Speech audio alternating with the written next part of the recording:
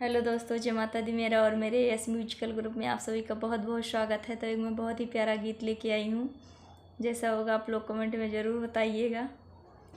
वही बगिया माँ गोरी चरावई बकरी, वही बगिया माँ गोरी चरावई बकरी, चरावई बकरी हो चरावई बकरी, चरावई बकरी हो चरावई बकरी, वही बगिया माँ गोरी चरावई बकरी, वही बगिया माँ गोरी चरावई बकरी। सासु कहें बहू खाना बनाई द्या, सासु कहें बहू खाना बनाई द्या, खाना बनाई द्या, खाना बनाई दा।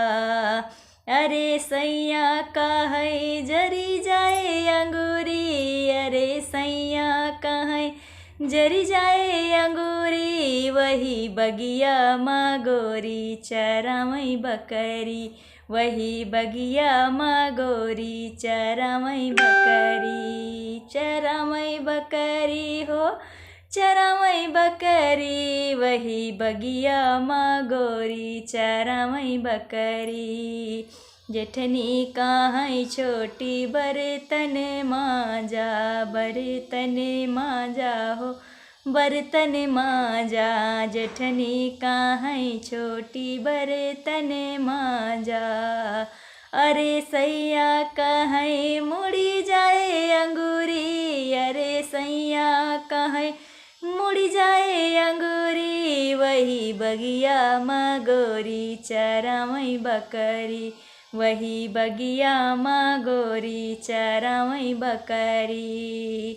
ननदी कहाँ भाभी झाड़ू लगाइला, झाड़ू लगाइला, झाड़ू लगाइला, ननदी कहाँ भाभी झाड़ू लगाइला।